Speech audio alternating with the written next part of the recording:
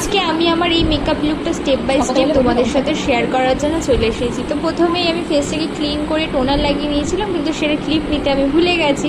তো আমি rose water use করে নিয়েছিলাম লাভ আর্থে, তারপরে একটা ইমোলিনের ময়শ্চারাইজার আমি ইউজ করে নিয়েছিলাম, স্কিনে ভালো করে অ্যাপ্লাই করে নিয়েছিলাম। তোমরা যারা বাজেটের মধ্যে ময়শ্চারাইজার খুঁজছো ডেফিনেটলি ইউজ করতে পারো। তারপরে এলফের আমি একটা পুট্টি প্রাইমার ইউজ করে নিয়েছিলাম, ভীষণই ভালো একটা প্রাইমার, পোরগুলো সত্যি ব্লার হয়ে যায় আর মেকআপটা খুব সুন্দর ব্লেন্ড হয়ে যায়। তোমরা ইউজ করে দেখতে পারো এলফের এই পুট্টি প্রাইমারটা।